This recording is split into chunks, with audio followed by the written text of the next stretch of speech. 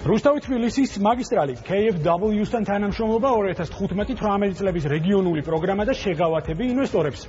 დღეს ბიზნეს კონტაქტის კითხვებს საქართველოს რეგიონული განვითარებისა და ინფრასტრუქტურის მინისტრი ბატონი ელგუჯან ხოქრიშვილი უპასუხებს. ბატონო ელგუჯან, მოგესალმებით. მე ასე მაყურებელს შევახსენებ, რომ მინისტრთან კომუნიკაციაში დამეყარება ჩვენი ანალიტიკოსი ელენე კვანჭილაშვილი. ბატონო ელგუჯან, კონკრეტული ინფრასტრუქტურული პროექტები მიმოვიხილოთ, ასე ვთქვათ. თბილისი რუსთავის მაგისტრალი, ასევე შემოვლითი რკინიგზის პროექტი, ბევრი სხვა ინფრასტრუქტურული პროექტი, კონკრეტულად დავყოთ თითოეული ეტაპებად. მაგალითად, ავიღოთ თბილისი რუსთავი გზა. რამდენად მოხდა აზიის განვითარების ბანკის მიერ გამოყოფილი თანხის სრულად ათვისება პროექტის განსახორციელებლად? პირველ რიგში დიდი მადლობა მოწვევისთვის, მოგესალმებით, მივესალმებით თქვენს მაყურებელს. დავიწყოთ იქიდან, რომ თბილისი რუსთავის მაგისტრალის მშენებლობის პირველი და მესამე სექციის ტენდერი იცით, რომ ამ წელს გამოცხადდა. მოხდა დაკონტრაქტება სამშენებლო კომპანიის, რომელიც ამჟამად ახორციელებს სამშენებლო სამუშაოებს, მიმდინარეობს მეორე სექციის პროექტირება, ანუ პროექტირება დასრულებული არის, მზადდება განსახლების გეგმა, როგორც კი განსახლების გეგმას შეითანხმებს აზიის განვითარების ბანკი, ჩვენ უკვე ვგეგმავთ, რომ წლის ბოლოსთვის მეორე სექციაზეც გამოცხადდეს ტენდერი სამშენებლო სამუშაოებზე. კი ბატონო. ასევე მე მაინტერესებს რკინიგზის თემა, შემოვლითი რკინიგზის თემა, ეს პროექტი უშუალოდ განხორციელების რა ეტაპზეა? რკინიგზის შემოვლითი რკინიგზის პროექტი ჩვენ სამინისტროს თან არ არის, ანუ ჩვენ სამინისტრო არ ახორციელებს ამ პროექტს. ჩვენი სამინისტრო არის თბილისი რუსთავის მაგისტრალის მშენებლობა ეკუთვნის ჩვენ სამინისტროს, რკინიგზის შემოვლითი გზის მშენებლობა მე როგორც ვიცი, საპარტნიორო ფონდი და ეკონომიკის სამინისტროს კომპეტენციის ფარგლებში უნდა განხორციელდეს. რადგან კონკრეტულ პროექტებზე საუბრობთ, სანდრო, ბარემ აქვე ვიკითხავ, რა ეტაპზეა იგივე დავუშვათ წყალტუბოს, ფახმაროს პროექტები, რომლებზეც არაერთხელ მიდის ხოლმე საუბარი ამ პროექტებზე. მოგახსენებთ, წყალტუბოში ჩვენ ვახორციელებთ სოფლიო ბანკის დაფინანსებით მასშტაბურ ინფრასტრუქტურულ პროექტებს, დაახლოებით ეს არის 42 მილიონი ლარის ღირებულების სამუშაოები. ეს ითვალისწინებს წყალტუბოში როგორც თვითონ შენობა ნაგებობების, ისტორიული შენობა ნაგებობების ფასადის და შიდა მოწესრიგებას, ითვალისწინებს საგზაო ინფრასტრუქტურის მოწყობას, ითვალისწინებს სანეავრე და წყალმომარაგების სისტემის რეაბილიტაციას, ასევე თვითონ წყალტუბოს პარკის მიმდებარე ტერიტორიის რეკრეაციული ზონის მოწყობას. პარალელურად ნაწილი უკვე ჩატარებულია ამ სამუშაოების თუ ჩატარებულია წლის ბოლომდე წყალტუბოში განსახორციელებული პროექტები მთლიანად დასრულებული იქნება. პარალელურად საპარტნიორო ფონდმა გამოაცხადა კონკურსი ინტერესთა გამოხატვაზე, დაქირავებული არის შვეიცარიული კომპანია, რომელიც გააკეთებს წყალტუბოს ტურისტული კუთხით განვითარების სტრატეგიას. ამის შემდეგ უკვე კონკრეტული წინადადებები აქვს ეკონომიკის სამინისტროს ინვესტორებისგან, რომლებიც უკვე ამ ჩარჩო დოკუმენტის ფარგლებში დაიწყებენ ინვესტიციების განხორციელებას. ბახმაროზე გეტყვით, ბახმაროზე, როდესაც ჩვენ ეს ინფორმაცია მოვიძიეთ, 2008 წელში არის ეგრეთ წოდებული ეკონომიკური მიზანშეწონილობის კვლევა ბახმაროში ჩატარებული. ეს არის ავსტრიული კომპანიის მიერ განხორციელებული. ეგრეთ წოდებული ეს არის წინა ანუ სამუშაო დოკუმენტი, სადაც შედარებულია ბახმაროს კურორტი გუდაურთან, ბაკურიანთან და განხილულია შედარებითი ანალიზი, სადაც მე დასკვნა გამოდის იქიდან, რომ ეს საჭიროებს დამატებით კვლევებს. დამატებითი კვლევები ეს არის, რომ თვითონ ფერდობზე უნდა დადგინდეს ქარის მოძრაობის სიჩქარე. ამ ეტაპზე ჩვენ იცით, რომ ვახორციელებთ ესეთი მასშტაბური პროექტი გვაქვს თეთნულის სათხილამურო კურორტის განვითარების გეგმა. ამიტომ მთლიანად ჩვენ ახლა კონცენტრირებული ვართ, მიმდინარეობს თეთნულში ეს სამშენებლო სამუშაოები. ბახმაროზე პარალელურად ვეძებთ შესაბამის დონორს, რომელსაც შეუძლია ეს პირვანდელი კვლევები მაინც რომ ჩაატაროს, რომ ჩვენ გქონდეს უკვე ჩამოყალიბებული ხედვა, რომ თქვა ბახმარო როგორ უნდა განვითარდეს. ბახმაროში პირველ ეტაპზე ძალიან მასშტაბური სამუშაოებია ჩასატარებული. მიუხედავად გარდა ამ კვლევების აქ არის ასევე საჯარო ინფრასტრუქტურის პროექტები გასაკეთებელი, როგორც არის წყალმომარაგება, კანალიზაცია, შიდაგზები.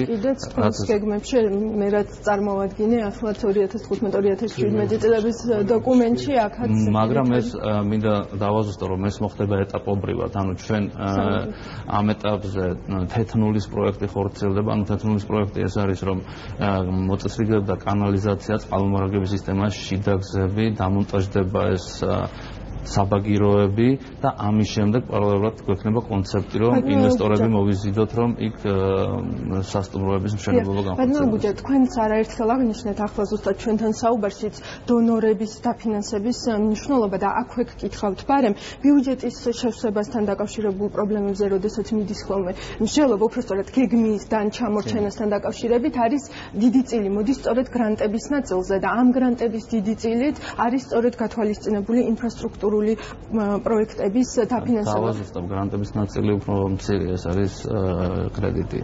დიახ, კრედიტები და სახელმწიფო კრედიტები და გრანტები. და როგორ ფიქრობთ, შეიძლება რომ დაუშვათ ამის გამო გართულდეს ინფრასტრუქტურული პროექტების მუშაობა და დაფინანსება? გეტყვით, ანუ ეს არასწორი წარმოდგენა არის, ეს კრედიტი არის, რომელიც ანუ თვითონ დონორის პროგრამა არის მრავალწლიანი პროგრამა. მაგალითისთვის რომ აღიქვსნათ, ეს არის ან 3 წლიანი, ან 4 წლიანი, ან 5 წლიანი პროგრამა. აქედან გამომდინარე, ეს თანხა დონორისთვის ძალიან მნიშვნელოვანია და პრიორიტეტულია, რომ მისი პროგრამის ფარგლებში ყველა პროექტი განხორციელდეს მაღალი ხარისხით. აქედან გამომდინარე, იქ 2 თვის და 3 თვის ჩამორჩენა დონორისთვის არაფერს არ ცვლის, ისევე როგორც ჩვენთვის არ ცვლის, იმიტომ რადგანაც ეს არის კრედიტი, ამიტომ ჩვენი პირველი ამოცანა, ანუ თვით მიზანი, რომ მარტო ფული დავხარჯოთ არ არის, ჩვენთვის თვით მიზანი არის, რომ პროექტი განხორციელდეს, რომელსაც ექნება ყველაზე მაღალი შედეგი.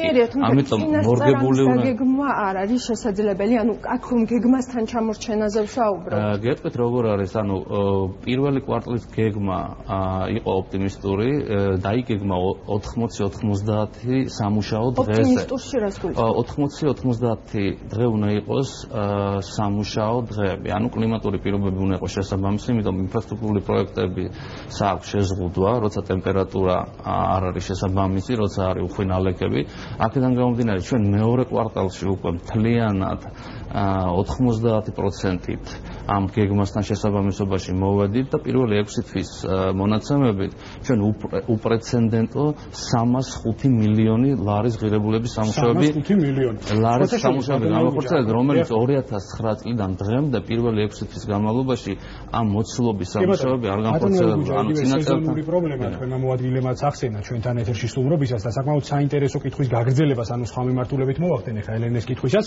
25 ივნისს თქვენ ძველი და ახალი ხელისუფლების პერიოდში გატარებული ესე ვთქვათ ღონისძიებები მიმოიხილეთ და ერთმანეთს შეადარეთ. მე ხა ამოვიკითხავთ კონკრეტულ სტატისტიკას. საქართველოში რეგიონული განვითარებისა და ინფრასტრუქტურის სამინისტროს ბიუჯეტის შესრულება 2012 წელს 655 მილიონ 75,000 ლარი იყო. 2013 წელს ეს მაჩვენებელი 133 მილიონი ლარით გაიზარდა და 798 მილიონ 595,000 ლარი შეადგინა. ასევე თქვენი ინფორმაციით 2013 წელს მიმდინარეობდა 19 ქალაქისა და 7 დაბის წყალმომარაგების სისტემის რეაბილიტაცია. ასევე 2014 წელს დამატებით დაიწყო 25 ქალაქისა და 3 დაბის წყლის ინფრასტრუქტურის გაუმჯობესების სამუშაოები. თქვენი ოპონენტები ბატონო ელგუჯა ამტკიცებენ საპირისპიროს. მათი განცხადებით იგივე შარშანდელი ბიუჯეტის გარღვევა ზუსტად ინფრასტრუქტურულ პროექტებზე მოდიოდა. თქვენ ხა ექსკლუზიური საშუალება აქვს ბიზნეს კონტაქტის მაყურებელს უთხრათ სად არის რეალობა. რეალობა ეს არის ოფიციალური სტატისტიკური მონაცემები. ანუ ეს საჯარო ინფორმაცია, ნებისმიერ დაინტერესებულ პირს შეუძლია ეს ინფორმაცია გამოითხოვოს, ნახოს, შეადაროს. ანუ აქედან გამომდინარე, ხომ მე იმის მტკიცებას არ დავიწყებ, ის რასაც მე ვიძახი ეს მართალია ან ის ტყუილია. ეს არის ხელმისაწვდომი ინფორმაცია, რომელიც შეგიძლიათ ამოიღოთ და ნახოთ. გარდა ამისა, ყველაზე მთავარი არის, რომ ჩვენ თვისობრივად შევცვალეთ ხედვა პროექტების განხორციელებასთან მიმართებაში. რას ნიშნავს ეს? ანუ ყველა თითოეული დახარჯული თეთრი ეს უნდა იყოს დიდხნიან ექსპლუატაციის პერიოდზე გათვლილი, ზუსტად უნდა იყოს მორგებული იმ პრიორიტეტზე, რაც ადგილობრივ მოსახლეობას ესაჭიროება და შედეგი, ანუ ეკონომიკური ეფექტი თითოეული პროექტის უნდა იყოს მაღალი და არ თვითმიზანი მიზანი იყოს ამ რაოდენობრივი თანხის დახარჯვა. გარდა ამისა, გეტყვით, 80-90% ჩვენი ინფრასტრუქტურული პროექტები ხორციელდება ტენდერების საშუალებით. ტენდერებში ჩვენ გვაქვს დანაზოგები, რომელ დანაზოგებსაც შემდეგ ვიყენებთ სხვა პროექტების დასაფინანსებლად. ანუ არსებობს საპროექტო ღირებულება და არსებობს ტენდერის შედეგად დადგენილი ფასი, რის შედეგადაც ეფექტურად ხორციელდება პროექტი. თუმცა ბატონო გუჯა მესმის რატომაც დასვას ან რომ ეს კითხვა მაგალითად იგივე საერთაშორისო ორგანიზაციებით, მათ შორის მსოფლიო ბანკით ხშირად აცხადებდნენ ხოლმე, რომ იგივე ეკონომიკური ზრდის ტემპის შენელების ერთ-ერთი ნაწილი შესაძლოა ყოფილიყო შეჩერებული ინფრასტრუქტურული პროექტები, რომელთა გადახედვაც მიმდინარეობდა. ამასთან დაკავშირებითაც თუ გვეტყვით დეტალებს, რამდენი იყო შეჩერებული, რამდენი განახლდა და რა მიზეზები, ძირითადი მიზეზები რა იყო? შეგიძლიათ დამისახელოთ რომელგანაც ხარჯი. ანუ ჩვენ გვაქვს ყოველდღიური ურთიერთობა იგივე იმ დონორებთან, დონორების მხრიდან პირიქით ძალიან დიდი მხარდაჭერა არის. სულ რაღაც 2 თვის უკან მსოფლიო ბანკმა ჩვენ გადმოგცა ანუ დაგვაჯილდოვა, როგორც ანუ მსოფლიო ბანკი ყოველწლიურად გაცემს ჯილდოს, შეარჩევს მსოფლიოს მასშტაბით მათ მიერ დაფინანსებულ პროექტებში ყველაზე წარმატებული თანამშრომლობის და გუნდური მუშაობისთვის. ანუ ეს არის ძალიან საპატიო პრიზი, ასევე აზიის განვითარების ბანკისგან გვაქვს და ძალიან ბევრი ახალი პროგრამა დავიწყეთ ჩვენ დონორებთან. ანუ შემდეგი გუჯა დავა ზუსტად საერთაშორისო საფინანსო ორგანიზაციების თუ ვთქვი საერთაშორისო სავალუტო ფონდის წლიურ ანგარიშში იყო ეს მოხსენიებული, ანუ ამიტომ გეკითხებით. ამიტომ მსოფლიო ბანკის იყო ამაზე ლაპარაკი, მსოფლიო ბანკის ეს ეგრეთ წოდებული კვლევა ვნახე მე, იქ ლაპარაკია იმაზე, რომ მსოფლიო ბანკი იძახის, რომ თუ სოციალური ხარჯები ძალიან გაიზრდება შემდეგ წლებში, იმაზე მეტად ვიდრე კაპიტალური ინვესტიციები და კაპიტალური ინვესტიციები უნდა იყოს მიუახლოვდეს 6% ფინალის შიდა პროდუქტის, მაშინ ამან შეიძლება ნეგატიურად იმოქმედოს ეკონომიკურ ზრდაზე. აქ არ იყო ლაპარაკი რომელიმე შეჩერებას და იმაზე. თქვენ იცით რომ 2010 წლის მონაცემებით განათლებაში ხარისხის მიხედვით იყო, ამიტომ ამ ახალ რეალობაში გაიზარდა სოციალური ხარჯი და შესაბამისად ბატონო გუჯა იგივე ბანკების ჭრილში გითხავთ და ნუ ჩვენ გადავაჭარბეთ ყველანაირ დროს. მე მაინტერესებს KfW-ს წარმომადგენლებთან ჰქონდათ შეხვედრა, კონკრეტულად რა მიმართულებებით მიმდინარეობს თანამშრომლობა და რა სამომავლო პროექტებზეა საუბარი? გერმანიის განვითარების ბანკთან ჩვენი თანამშრომლობა ეს არის იმერეთში. იმერეთში თქვენ იცით რომ აქ იყო 1960 წელს აშენებული ნაგავსაყრელი, რომელიც ძალიან ცუდ პირობებში იყო. აქ იყო ანტისანიტარია და მოსახლეობის ჯანმრთელობა საფრთხეს უქმნიდა. გერმანიის განვითარების ბანკთან ერთად დავიწყეთ ჩვენ პროექტი. ეს გულისხმობს ახალი ნაგავსაყრელის, რეგიონალური ნაგავსაყრელის მშენებლობა. აქ შევა ასევე რაჭა ლეჩხუმი და ქვემო სვანეთი. როდესაც ეს დამთავრდება ეს ნაგავსაყრელი, ჩვენ დავიწყებთ არსებული ნაგავსაყრელის დახურვას ევროსტანდარტების გათვალისწინებით. ამჟამად ჩვენ მთლიანად მოვაწესრიგეთ ეს ნაგავსაყრელი შესაბამისი სტანდარტებით, რომ გამოირიცხოს ყველანაირი ანტისანიტარიული. ბატონო გუჯა და პრინციპში ჩემი შემაჯამებელი კითხვა და ამით ვასრულებთ. ნუ ეხლა ალბათ სტუდენტების ინტერესს ყველაზე კარგად დავაკმაყოფილებთ, ასე ვთქვათ. მეტროსადგური უნივერსიტეტის მშენებლობა პროექტი რა ეტაპზეა, ასე ვთქვათ და ძალიან მოკლედ თუ შეიძლება და დავასრულოთ.